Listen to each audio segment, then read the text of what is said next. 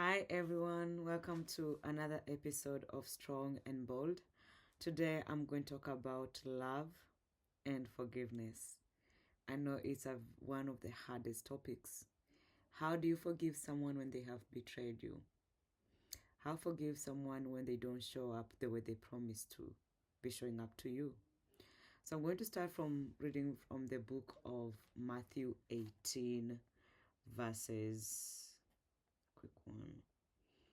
Matthew 18 verses 22, and it says we need to forgive people 70 times 7.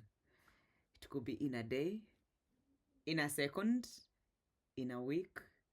There's no specific details around that, but that is just a guideline on how much and how often we need to forgive people. And I'm going to read today from the book of Ephesians chapter 6 verses 12. And it says, so the title for my head, it says, The Battle Against Evil. And it says, our battle is not against flesh and blood, but against the rulers and authorities and their dark powers that govern this world. We are struggling against the spirits and supernatural forces of evil. So I want to say, how does this appear in our daily life, in our relationships, in our marriage, in our friendships, and in our families? So given that we know like somebody might offend us and we can just see this person. So for those who wonder which Bible I always read from, I'm not shy to say that I'm a Catholic, and I read from the New Community Bible. It's a Catholic version, and it's a gift edition deluxe. So sometimes we think of people who have offended us, and we just see like it's my spouse, it's my child, it's my father, it's my mother, it's my sibling. But we don't see what's the spirit behind that. So I want us to go extra inch deeper and actually analyze the situation. So let's say you're talking about your spouse, and you have been telling them, babe, I don't like when you do A, B, C, D, and they keep on doing it, or they offend you, or they even betray you. And you're like, how did we end up here? How did I end up here? So what Ephesians 6 verse 12 says, is supernatural. It is principalities. So when you start knowing the spirit behind an action of a person, you learn how to deal with that. So one of the prayers for me, I always say, is like, Father, show me how you see this person. Show me how you see this situation. And also help me to analyze this situation. So in that space, you are able to not only go an inch deeper, and you're able to actually see what's behind that. It could be spirit of deception. It could be spirit of lust. It could be different things. I wouldn't say it could even be anger. One of the things that I have had to learn this week was to actually forgive my partner and my spouse. So it was more like there was something that was happening a lot all the time, and I was just wondering like what's going on. And I felt like I don't understand, like what is this. So I do have almost the same misunderstanding coming up over and over and over and over again. So what happened was I prayed for God to help me to see this situation the way he sees it, or to analyze this situation from his perspective. And let me tell you something. Most of the time when you go to God and say, this person has done this to me, or this has happened to me, he will also reveal to you the areas that you also need to improve on.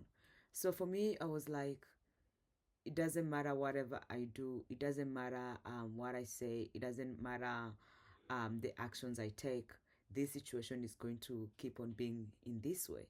So what do I need to do about this situation? And God changed my perception about how I view this person, but also how I view this situation. And I would say it came from a space of, oh, I can't do this again, I can't do this anymore, to the point of empathizing with this individual, empathizing in this situation.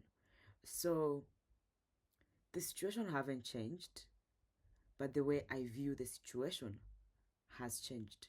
So that you can start being like having some sort of thoughts like your partner doesn't love you, or your children don't hear you, don't listen to you, don't respect you, and you just pray for God to change your heart posture. Because I know there's a Bible verse that says that the issues of blood flows from our heart. So if our heart is contaminated, we're not going to be able to see things the way they are in the rays of the sun that we should be seeing them, you know. So we are going to have like maybe tainted mirrors or tainted lenses in the way we see things, rather than seeing it where they are. So what I try to do for myself is like I always try to put myself in the position of that person and try to analyze how they felt, or if I'm in this person's position, what don't I like to be done to me? So let's say if I'm in a position of my friend, what don't I like to do? What should I be doing for my friend instead? If I'm in the position of my partner, what do I do? What don't I like to do instead, you know? And that changes the whole perception on things. And even speaking about it, like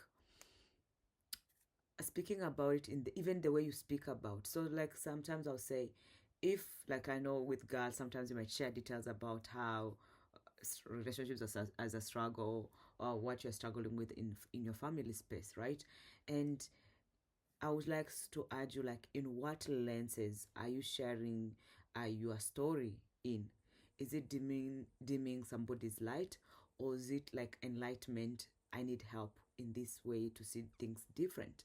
And if it comes from that safe, nurturing, protective side of things, you will start seeing things different, and you start having different outcomes and positive outlook on life and in your partner. So sometimes when we have been hurt, or our partner haven't showed up the way they should be showing up, we start getting like feelings of resentment, and we start feeling disappointed in them, and that taints our heart and how we see them. So they come from being like, oh, the love of my life, to being like, what am I doing with this person right now? Like, why? And it's all about our heart posture. And I totally understand. If you have ever faced betrayal, fortunately that wasn't one of my examples, but if you have ever faced betrayal, and I know that's one of the hardest things to experience in a romantic scenario, but all I can say is there's nothing God can't fix.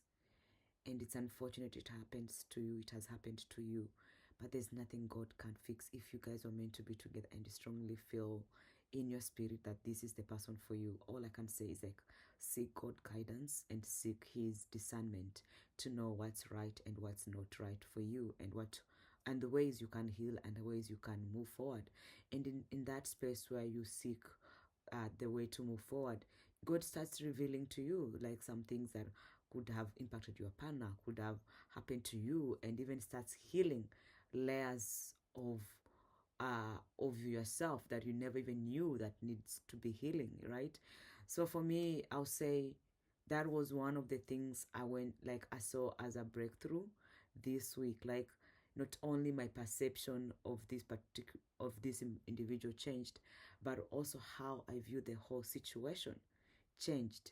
And I would say with a grateful heart, you start seeing things so different. You start seeing things in a positive light. So even if things are not going well the way you expect them, but you feel safe, you feel like God got you. You feel contentment and you feel happy. Like happiness starts coming from you.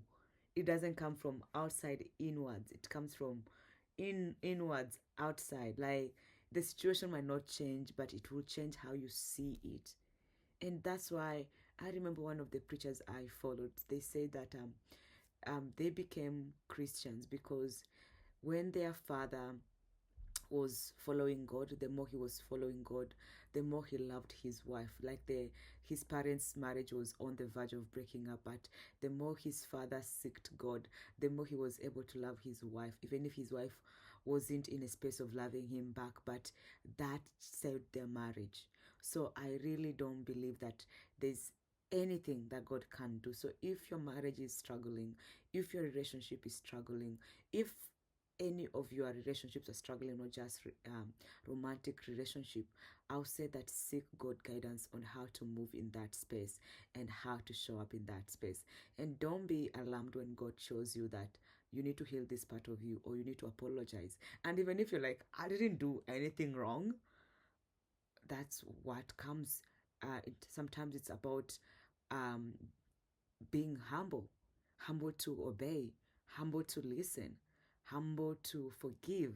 And it's really hard sometimes to even start saying like, I want to apologize. Remember that day when I raised my voice, when I wasn't speaking out of love, or was speaking out of heart or hatred or fear or any of those things. It comes up, and the more you see God, the more you will start seeing that relationship differently, the more you start seeing that person differently. So all I can say is that our heart posture is really important, even when it comes to arguments. Arguments will, misunderstandings will always be there, and they don't need to lead to argument. But all I can say is that with guidance from God and having a positive heart posture, there's no misunderstanding that can't be solved, and there's no issue in a relationship if two people are meant to be together that can't be solved, whether it's whether it's the distance, lack of communication, miscommunication, lack of affection, any of these things. Just be vulnerable to yourself and be vulnerable to your partner, and you always have outcomes. I can't promise that, but I'll say that there's a high chance, it's guaranteed, that different things will happen. So if you are someone who might be quicker to jump to your friends, call them, I say like be quick to jump on the conversation with God. Talk to him and see what he says to you, and see what he tells you to do, and see what he says in that space, in that situation, how you need to move forward or even moving on. So whichever way that you might end up taking, the path you are going to end up taking, let him be the judge. Let him tell you, this is the way that I see it's going, or this is the guidance I'm going to give you. And remember, we have free will. We always have free will. But for me, I'd like to say, Father, may your will be done upon my life, not the will that I want, because I don't know what's ahead of the will that I want. But God already know what's ahead for the will that he has for me, because he knows the end from the beginning. So in saying that, I wish you have a wonderful and blessed day, and know that you are a beloved child of God, and he loves you and he sees you, and he can't wait to talk to you, to see you, and to nurture you in your space where you're feeling pain, shame, guilt, rejected, or betrayed. He's there with you and he sees you. Stay blessed, and see you at another time in a different episode and for a different season. Bye.